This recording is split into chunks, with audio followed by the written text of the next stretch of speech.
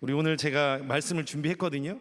김기호 목사님도 어제 저녁에 열심히 저랑 같이 준비하고, 저도 밖에서 막 떠들면서 설교 준비하고 했는데, 오늘 김기호 목사님이 설교 때 리 워렐 목사님의 목적이 이끄는 삶이라는 책을 소개를 하시더라고요. 제가 여기 딱 적어놨어요. 우리의 삶에는 목적이 있습니다. 할렐루야. 리 워렐 목사님의 저서를 오늘 소개하려고 했는데 딱 이렇게 같이 또 맞은 것 같아요. 하나님 살아계시죠? 지금도 일하고 계십니다. 그리고 우리 가운데 지금도 좌정해 주시는 줄 믿으시기를 바랍니다. 목적이 중요하거든요. 목적이 우리의 삶을 인도해요. 우리가 어디로 갈지, 어디가 우리의 최종 목적지가 될지 그것을 정해야 된다는 거예요. 제가 대전을 가려고 그러는데 서울로 가면 어떻게 해요? 안 되죠? 대전으로 가는 목적이 있기 때문에 우리는 그쪽으로 갈 수가 있다라는 것입니다. 자, 핸드폰이 저기 있네요. 핸드폰이 있어요. 보이시죠, 핸드폰? 예수님의 이름으로 축복합니다. 핸드폰 여기 보이시죠? 핸드폰이 있는데 이게 전화기로 써야지. 얘가 얘 망치도 할 수 있겠는데 이거 모서리로 이거 망치 좀 못 좀 박을 수 있겠어 하고서 팡팡 때리면 어떻게 돼요? 이거 부셔지죠. 이 비싼 걸 훨씬 유익하고 좋게 쓸 수 있는 걸 망치를 쓰고 있으면 낭비죠. 낭비입니다. 목적은 목적에 맞게 사용해야 합니다. 제대로 쓰지 못하고 있는 거죠. 이렇게 망치로 쓰고 있다면요. 우리를 향한 하나님의 그 목적이 있습니다.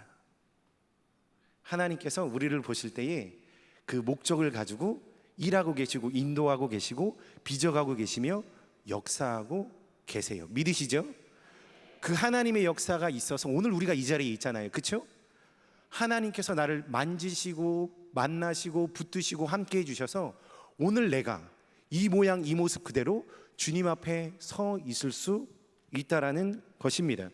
그 목적을 발견했기 때문에 하나님을 만나 하나님께서 나를 향한 그 뜻을 발견하며 나아가고 있기 때문에 우리는 그 뜻에 따라 쓰임받기를 열심히 소원하며 소망하며 하나님께로 나아가는 것이에요.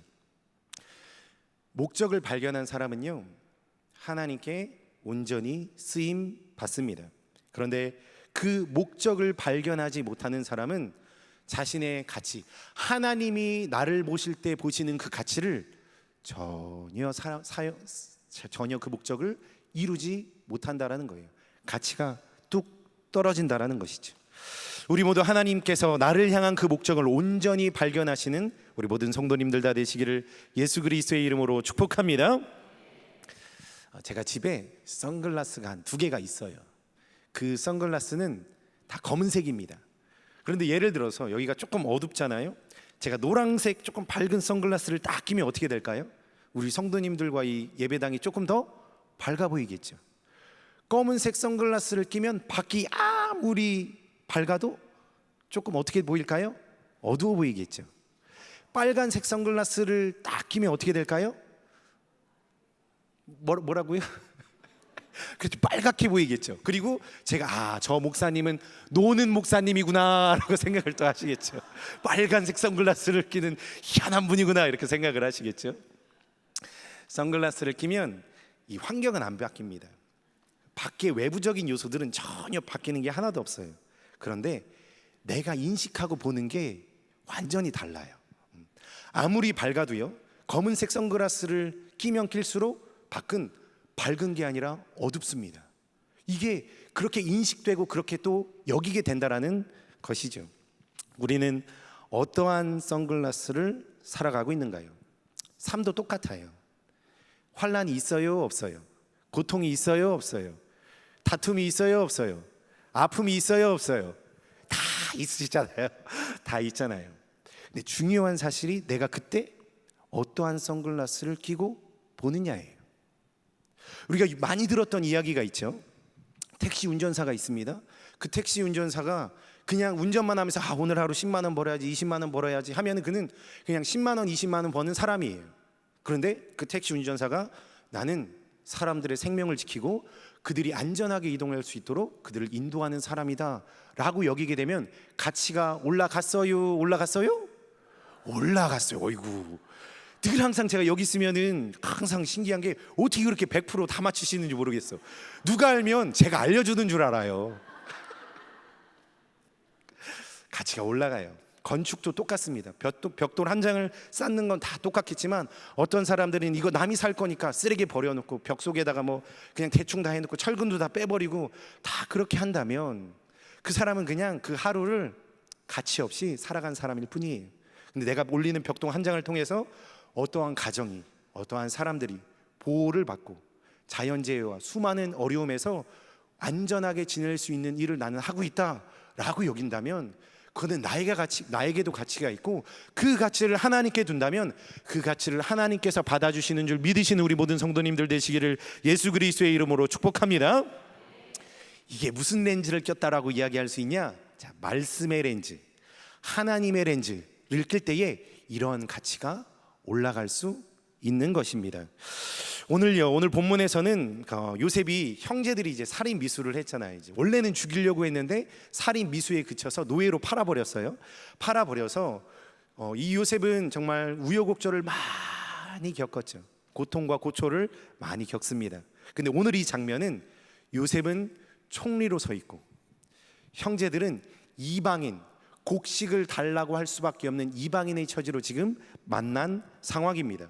이 가운데 우리가 요셉의 모습을 보면서 그가 어떠한 안경과 어떤 렌즈를 쓰고 어떻게 구속사의 이 사명을 감당하고 있는지 나누는 귀하고 복된 시간 되기를 예수님의 이름으로 축복합니다. 자, 5절의 말씀을 한번 보도록 하겠습니다. 5절의 말씀을 보니까 같이 한번 읽습니다. 시작. 나를 이곳에 팔았다고 해서 근심하지 마소서, 한탄하지 마소서.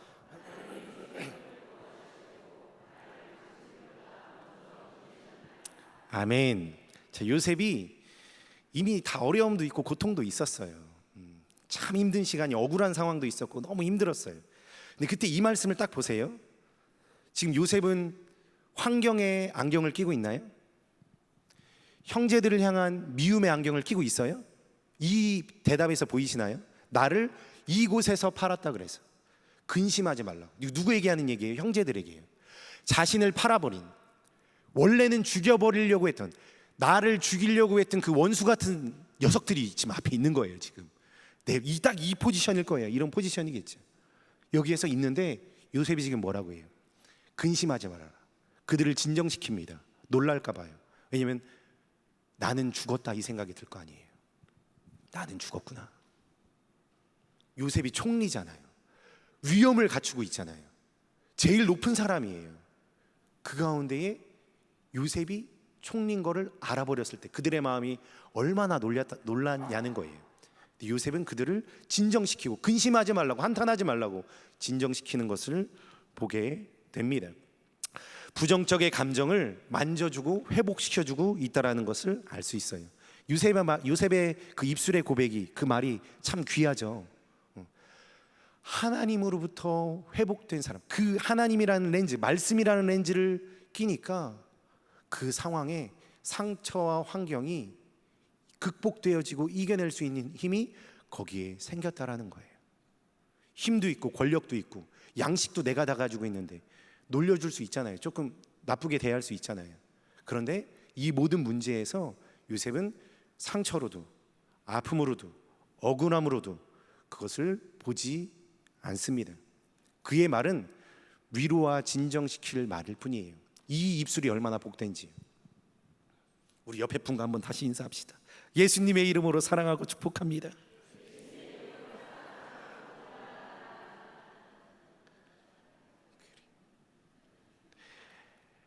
하나님으로부터 사는 사람들은 하나님이 주시는 그 사랑 때문에 사랑하게 되고, 그 사랑으로 생각하게 되고, 그 사랑으로 말하게 되는 줄 믿습니다.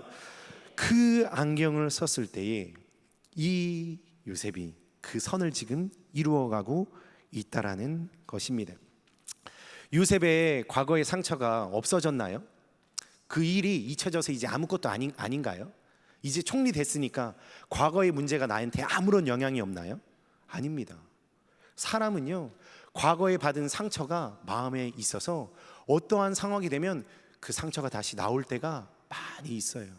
나는 그러고 싶지 않은데도 불타오를 때도 있고요. 어떤 사람은 억울함, 어떤 사람은 고통, 어떤 사람은 무시, 수많은 이유로 그 과거에 겪었던 내가 신경 쓰고 아파하는 그 문제들이 드러날 때에 굉장히 고통스러워합니다. 견딜 수 없어해요. 요셉은 그렇지 않다는 거예요. 뭐가 다를까요? 요셉이 그럼 뭐가 달라요? 요셉도 하나님을 믿는 하나님의 사람, 우리도 요셉과 같이 하나님을 믿는 하나님의, 그렇죠, 하나님의 사람입니다. 똑같은 하나님의 사람이에요. 하나님의 사람. 그렇기에 오늘 우리도 이 연단받는 시간들을 통해 더욱더 주님께 큰 영광을 올려드리는 주님의 백성들로 세워질 줄 믿으신 우리 모든 성도님들 되시기를 예수 그리스도의 이름으로 축복합니다. 해석이 달랐다. 해석이 달랐다. 보는 눈이 달랐다. 그 차이가 있다라는 것입니다. 요셉은 분명히 이야기를 합니다. 생명을 구원하시려고 자신을 보냈다라고 얘기해요. 지금 뭐를 얘기하고 있는 거냐면은 생명을 구원하려고 나를 보내셨습니다라고 얘기하는 것은 요셉의 목적이 이제 보이는 거예요. 요셉의 목적을 분명히 얘기합니다. 당신들은 나를 팔았지만 하나님이 나를 먼저 보내셨다. 우리 5절 말씀을 다시 한번 볼까요? 하나님이 생명을 구원하시려고 당신들보다 뭐라고 해요? 먼저 보내셨다. 먼저 보내셨다. 목적이 그렇다는 거예요. 목적이에요. 하나님을 경외한다라는 것은 뭘까요? 하나님을 어떻게 경외하고 계세요? 지금 이 경외라는 말을 들었을 때 어떤 생각이 떠오르셨나요? 우리 다 잘 아시죠? 여호와 하나님을 두려워하는 것. 그죠? 하나님을 두려워하는 것이 경외라고 얘기를 해요. 경외는 하나님을 두려워하는 것인데 그 두려워하는 모양은 그럼 뭐예요? 모든 삶과 관계와 환경 그 중간에 하나님의 말씀을 제일 높이 두는 거예요. 군인이 있습니다. 중사가 있고 중령이 있고 대령이 있고 참모 총장이 있어요. 이 네 사람이 저한테 다 명령을 했어요. 저는 누구 말을 들어야 돼요? 누구요? 맞아요. 참모총장의 얘기를 들어야 됩니다. 왜요? 제일 계급이 높으니까 참모총장의 말을 들어야 돼요. 우리에게 있어 제일 높으신 분은 우리 하나님이세요. 환경이 하나님보다 높아요? 그러니까 다 바뀌잖아요. 환경도 바뀌고 사람도 바뀌고 모든 게 다 바뀌어요. 하나님이 제일 높으시고 변치 아니하시는 분은 오직 우리 주 하나님 한 분뿐이심을 믿으신 우리 성도님들 되시기를 예수 그리스도의 이름으로 축복합니다. 이게 여호와를 경외한다라는 거예요. 상황이 더 무섭습니까? 사람이 더 무섭습니까? 영원한 생명의 주관자이신 하나님이 무섭습니까? 하나님이 무서워야 돼요. 하나님을 무서워하는 사람, 하나님을 두려워하는 사람은 그냥 그 상황에서도 다른 것을 보는 것이 아니라 주의 말씀이 무엇인가, 하나님의 뜻이 무엇인가, 하나님께서 원하는 것이 무엇인가를 선택해 달려가는 사람인 줄 믿습니다. 그 사람이 하나님을 경외하는 사람입니다. 하나님의 말씀에 온전히 순종하는 사람이죠. 그렇기 때문에 요셉은 지금 원망도 상처도 아픔도 다 극복하고 주님 앞에 하나님의 뜻을 위해 그 사명 앞에 서서 달려갈 수 있다는 것을 우리 말씀을 통해서 알 수 있다는 사실입니다. 사랑하는 성도님들, 우리의 마음과 생각을 바꿉시다. 하나님 경외하시죠? 우리 입술의 고백, 우리의 마음, 우리의 생각을 바꿔서 하나님이 하실 것입니다 라고 고백하시기를 예수님의 이름으로 축복합니다. 우리 함께 고백하십시다. 하나님이 하실 것입니다. 하나님이 일하십니다. 하나님의 말씀에 내 모든 생각을 내려놓습니다. 할렐루야. 그렇게 우리의 입술과 마음과 생각을 바꿀 때에 하나님이 반드시 일하세요. 다 바뀌지만 하나님만 안 바뀌시잖아요. 그 감정이 요동치고 흔들릴 때에 내 마음만 하나님께로 고정하면 주님께서 일하십니다. 주님이 일하세요. 하나님이 일하십니다. 할렐루야. 우리의 마음만 흔들리지 않으면 하나님은 살아계시다. 하나님은 지금도 어제나 오늘도 앞으로도 영원히 영존하신 하나님께서 일하신다. 이 마음이 있어야 된다라는 것입니다. 그래요. 마음과 생각과 말을 바꾸고 하나님께 우리의 모든 것들을 맡겨드릴 때에 주님께서는 일하시고 하나님의 뜻이 이루어지며 그의 나라를 허락하시는 줄 믿으시기를 바랍니다. 그래요. 우리 한번 다음 말씀을 봅시다. 우리 6절과 7절 말씀인데요, 이 해석의 주어, 하나님과 하나님의 말씀으로 모든 것들을 해석하고 주어가 바뀌면 일어나는 일이 하나 있어요. 먼저 말씀을 먼저 봅니다. 우리 6절과 7절을 한 목소리로 읽습니다. 시작. 이 땅에 2년 동안 흉년이 들었으나 아직 5년은 못할지라 하나님이 큰 구원으로 당신들의 생명을 보존하고 당신들의 후손을 세상에 두시려고 나를 당신들보다 먼저 보내셨나니. 아멘. 하나님으로 주어를 바꾸어 하나님으로 해석하기 시작하면 일어나는 일이 무엇이 있냐면은 사명, 목적이 보이기 시작해요. 감정에 빠지면 내 감정이 목적이 되거든요. 사람은 그렇게 돼요. 감정을 이기기가 쉽지가 않습니다. 그런데 이 감정보다 하나님의 말씀과 그 하나님을 바라보면서 이겨내기 시작하잖아요. 그럼 그때 우리에게 일어나는 게 있어요. 하나님께서 나를 향한 사명과 내가 해야 될 목적들이 보인다라는 거예요. 왜냐하면 이 모든 환경과 상황과 나에게 주신 모든 것들을 하나님으로부터 해석하고 있기 때문에 하나님의 눈과 마음으로 볼 수 있는 힘이 그곳에서 일어난다라는 거예요. 주께서 그의 마음을 붙들어 주시죠. 주께서 그와 함께 주실 것이잖아요. 그렇죠? 그렇게 우리가 하나님의 마음으로 보는 것이 너무 중요합니다. 이 요셉은요, 7년의 기근을 이미 하나님 안에서 그 모든 것들을 알았어요.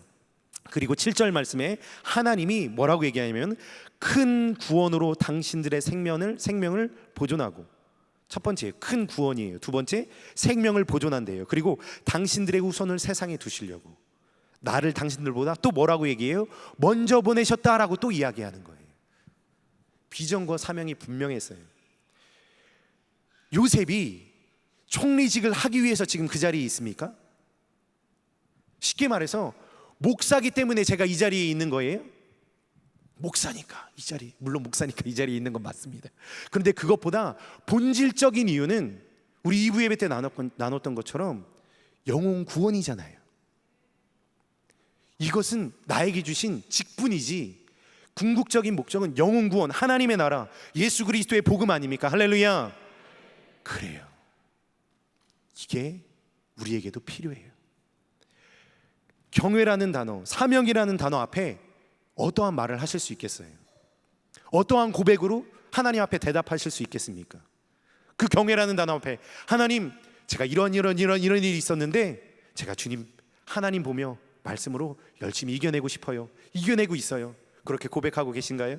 하나님, 제가 주님 앞에 이렇게 쓰임받고 싶은데 하나님께서 저에게 이런 사명을 주셔서 감사해요. 제가 이 사명 붙들고 끝까지 주님 앞에 나아가겠습니다. 빛도 없이 그림 무엇도 없이 오직 주님만을 위해 나아가겠습니까? 씁니다. 그 고백이 있으시기를 예수 그리스도의 이름으로 축복합니다. 그러한 사람이 사명자예요. 제가 한 번도 말씀드렸지만 어떤 분들은 화장실 청소를 얘기하지 않아도 몇십 년 동안 하시는 분들이 있어요. 그냥 여기 청소하는 거 누가 알아줘요? 새벽에 와서 하는 거, 저녁에 와서 하는 거, 낮에 와서 하는 거, 교회 청소하는 거 누가 알아줘요? 그냥 하나님 좋으니까, 하나님 보고 계시니까, 하나님 기억하시니까 누가 안 알아줘도 하잖아요. 왜요? 하나님께서 이 상황에서 나에게 맡겨주신 거니까. 누구는 큰 거 하니까 저 사람은 위대하고, 나는 보이지도 않고 한 명도 안 알아주는 곳에서 하니까 위대하지 않아요? 아니에요. 하나님이 보실 때는 다릅니다. 하나님 보실 때는 전혀 달라요. 그 중심에 하나님을 향한 마음으로 행한다면 주께서 기억하시고 은혜와 은총과 복을 내려주시는 줄 믿으시기를 바랍니다. 우리는 그 중심으로 살아가는 거예요. 하나님을 향한 마음을 가지고 사명을 가지고 한 걸음 한 걸음 나아갈 때에 주님께서 일하신다라는 것입니다. 요셉이 지금 총리의 직분을 가지고 이 모양을 가지고 사명을 감당하고 있어요. 무엇을 위해서요? 구속사의 사명을 감당하기 위해서, 영혼의 구원을 위해서, 생명을 살리기 위해서 그 자리에 섰다라고 분명하게 알고 있는 거예요. 어떻게 보면 원수들 앞에서 비전을 제시하잖아요. 사명을 제시하잖아요. 걱정하고 염려하지 말아라. 내 비전과 사명 하나님께서 주셨다. 하나님께서 나를 먼저 보내셨다. 분명하게 고백하는 요셉의 모습을 보게 됩니다. 사랑하는 성도님들, 모든 문제를 통해서 우리는 구원의 길과 구원의 사명을 발견하셔야 됩니다. 모든 어려움들을 통해서 복음을 발견하시기를 예수 그리스도의 이름으로 축복합니다. 제가 한 주간 지내면서 참 여러 가지 이제 한 주간 일이 있으면서 나누기도 하고 제 인생을 한번 돌아봤어요. 이렇게 돌아보는데 어떻게 보면 참 이렇게 우여곡절이 많았다 이런 생각이 들더라고요. 제가 어렸을 때는 참 많이 다쳤거든요. 한 4-5살 됐을 때 제가 기절을 했어요. 왜 그러냐면은 도로에서 놀았던 기억만 나요. 아기 때, 완전 아기 때. 그때 막 옥탑방에서 천막에서 제가 사는 걸로 기억을 하거든요. 어딘지도 지금 기억해요. 제 시골 어디 집에 있는지도 알아요. 그 집 앞에서 이렇게 옆에 한 친구가 있었고 그 친구가 자전거를 타고 제가 옆에서 이렇게 가고 있었어요. 그 도로 옆이죠. 근데 뭐가 팍 날라왔습니다. 그래서 몰라요. 어떻게 된지도 그 기억도 잘 안 나요. 그래서 이렇게 해서 머리가 뭐 맞았나 봐요. 그래서 피가 철철 났대요. 몰라요. 저는 기억이 그 이후로부터 안 나요. 근데 그 집이 이제 그 가파른 이제 옛날 계단이 있잖아요. 그 계단으로 2층이었는데 이제 옥상으로 올라가야 되니까 그 계단에 제가 왔더래요. 근데 머리가 철철 나서 기절했더래요. 그때 부모님이 얘는 죽겠구나. 그때 몇 날 며칠 안 깨어났답니다. 안 깨어나고 근데 저는 좋았어요. 왜냐면 눈 뜨고 딱 일어났는데 아빠 빵하고 우유 사주세요 했는데 빵과 우유를 사주시는 거예요. 그때 80년대라 그게 제가 용돈을 한 300원 500원 받았기 때문에 막 사주시는 거예요. 와 너무 좋다 막 그랬거든요. 그 빵 먹고 와 나는 좋다 했는데 이제 크니까 알았죠. 그때 내가 죽을 뻔했구나. 근데 그 이후로도 제가 머리가 다쳐서 그 꼬맨 게 한 3-4번 되고요. 다리가 심하게 다쳐서 꼬맨 게 3-4번 돼요. 하도 많이 몸을 꼬매니까 5방을 꼬맨다고 하더라고요. 그래서 의사분께 제가 중학교 때 얘기했습니다. 마취를 하지 말고 꼬매주세요. 이렇게 얘기를 했어요. 근데 제가 멍청했죠. 마취 안 하면 아픈 줄 몰랐어요. 진짜 다 느껴져요. 바늘이 들어갔다가 나와가지고 다시 이렇게 들어가고 나오고 너무 아픈 거예요. 그 정도로 어려움이 있었어요. 또 초등학교 때는 또 그렇게 어려운 좀 아픈 것들이 많이 있었지만 중학교 때는 또 제가 외소했기 때문에 괴롭힘도 많이 당하고 삶에 대해서 좀 이렇게 어려움도 겪고 막 그랬거든요. 이게 쭉 다 커서도 뭐 비슷한 게 또 반복돼요. 그런데 그런 것들을 돌아보면서 최근에도 뭐 있었고요. 그럼에도 참 이게 주님의 은혜다. 제가 오늘 이렇게 서 있잖아요, 그죠? 우리 교회에서 있었던 일들만 해도 온전히 서 있기가 어렵잖아요. 근데 지금은 아무렇지 않게 서 있을 수 있어요. 그것들이 생각은 나지만 저에게 아무런 영향력이 없을 정도로 많은 분들이 기도를 통해 저희 아내도 제가 잠깐 빠지면 저희 아내가 할인을 엄청 잘 봐요. 우리 김기호 목사님도 자랑하셨으니까 저도 바통을 또 이어야죠. 아니면 좀 그렇잖아요, 그죠? 잘 봐요. 원래는 제 이스라엘 가기 전에는 할인이가 저한테 못 떨어졌어요. 울었어요. 저한테 떨어지면. 그래서 아내가 울었어요. 잠깐 놀러 갔는데 막 저한테만 온다고 해서 아내가 막 펑펑 우는 거예요. 나한테는 오지도 않는다고. 저랑 놀았으니까요. 근데 이제는 제가 오늘 한이를 안고 할인아 아빠랑 같이 교회 가자 해서 잠깐 나왔거든요. 싫어 하면서 엄마한테 가겠다고. 저는 쳐다보지도 않아요. 물론 저 안아주기도 하고 잘합니다. 근데 나가는 건 엄마랑 나가고 싶어 하더라고요. 그렇게 아내가 잘 봐요. 정말 잘 놀아줘요. 책도 잘 읽어주고 저녁 되면 그림자 놀이도 하고 예수님 그림자 그 만화도 이렇게 보여주고 얼마나 이렇게 잘 지내는지 모릅니다. 제가 이런 것들을 보면서 하나님 정말 감사하다. 그리고 주님의 은혜로 살아간다. 그리고 이 삶 안에서 주신 이것들 가지고 사명을 잘 감당해야겠다. 이런 생각을 다시 한번 하게 되었습니다. 우리 성도님들 삶 안에 비전과 사명이 있어요.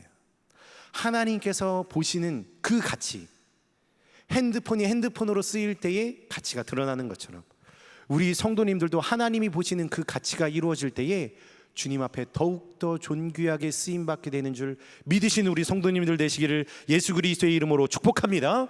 요셉에게는 모든 자리가 특권이 아니라 사명으로 보냈다라는 것을 알 수 있습니다. 우리 마지막 말씀 8절 말씀을 한번 보도록 하겠습니다. 이 사명을 주시고 하나님께서 이 목적을 이루시기 위해서 사람을 세우시거든요. 한 목소리를 읽습니다. 시작. 이리로 보내신 이는 당신들이 아니요 하나님이시라. 하나님이 나를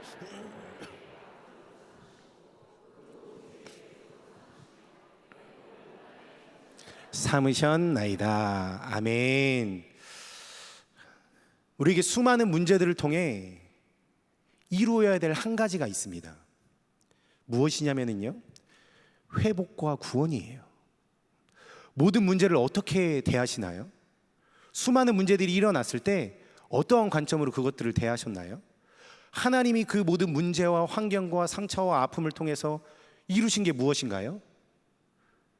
회복과 구원입니다. 우리를 통해 구원의 역사가 일어나야 돼요. 갈등 있을 수 있죠. 집에서도 싸우는데요. 그런데 중요한 건 그걸 통해서 하나님을 보기 시작한다면 주께서 30배, 60배, 100배의 은혜를 우리에게 허락해 주실 줄 믿으시기를 바랍니다. 요셉이 그 일들을 우리보다 먼저 다 감당했어요. 사람을 보시나요? 환경을 보실 거예요. 그 안에 하나님이 일하고 계신다라는 것을 보셔야 됩니다. 사람을 탓할까요? 비난할 거예요? 힐난할 거예요? 무슨 말을 하실 거예요? 그것을 통해서 뭐를 이루고자 하시는 거예요? 그렇게 하면 사단의 일밖에 할 수 없어요.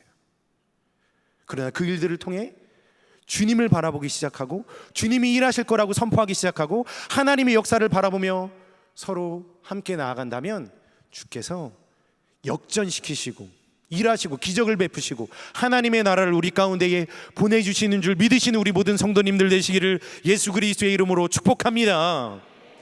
그렇기에 요셉이 하나님의 사람으로 세워져서 이 사명을 감당할 수 있었던 것입니다. 사랑하는 성도님들, 말씀을 마무리합니다.